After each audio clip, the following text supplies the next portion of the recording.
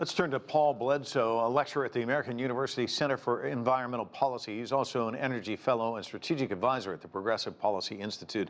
Paul, she is calling for concrete actions. As you know, one of the criticisms following the Paris Agreement and the Copenhagen Accord is that there were lots of pledges, but they were short on action.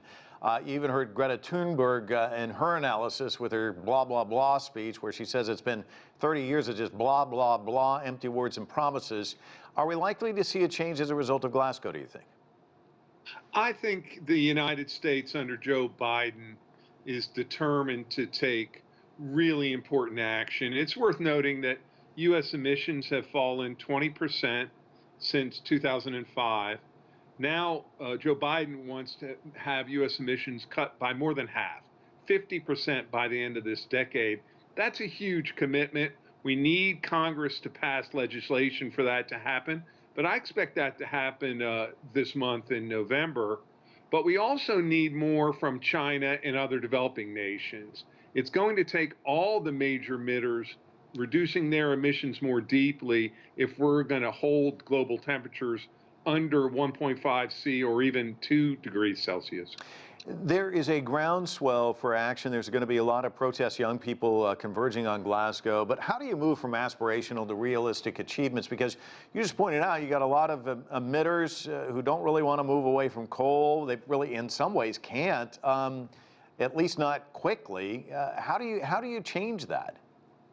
Well, the United States has reduced its coal use by about half in the last 15 years.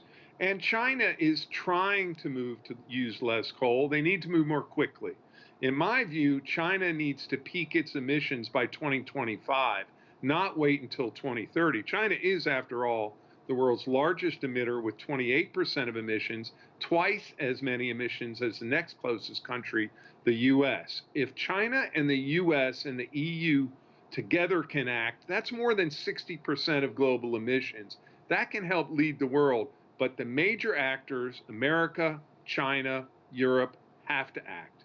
What would be, how would you consider the Glasgow COP26 a success? I mean, what do you expect to come out of this?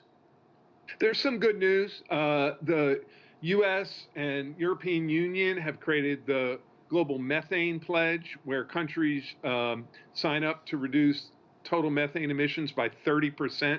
That's very important because cutting methane emissions, a super greenhouse gas, can limit near-term temperatures. I hope China will join the methane pledge. I hope that Russia and other major nations will join it. I also note that there's huge new pledges in funding for the developing countries. Just today, President Biden announced $3 billion in new funding for resiliency in the developing world. And the other good news is the technologies. The private sector is making really important new commitments to reduce emissions and to pledge more investment in clean energy. The thing is, Mike, that even 5-10 years ago, we didn't have the clean energy technologies cheap enough. Now we do. It was very good to see President Xi make a very large renewable energy pledge. But we need China also to reduce its coal the way the U.S. had. That may involve importing more natural gas from the U.S., but I think that could be a win-win for the climate if we can contain those methane emissions. You talked about pledges. One of the things that I've heard people complain about, though, is that there's really no enforcement mechanism. Should there be some kind of apparatus to really hold people accountable? We made a decision after the Kyoto process was a failure to allow nations to set their own targets and to put public pressure on nations who don't meet their targets. That still seems, it's so-called pledge and review process.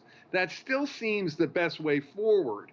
However, there are new attempts to include carbon tariffs so that nations with high carbon emissions in their products would face trade barriers to selling their goods to nations with lower emissions in their products. I think this is probably coming sometime in the next decade, and trade may be the ultimate climate enforcement mechanism. Paul Bledsoe, always a pleasure talking to you. Thanks so much. Thank you, Mike.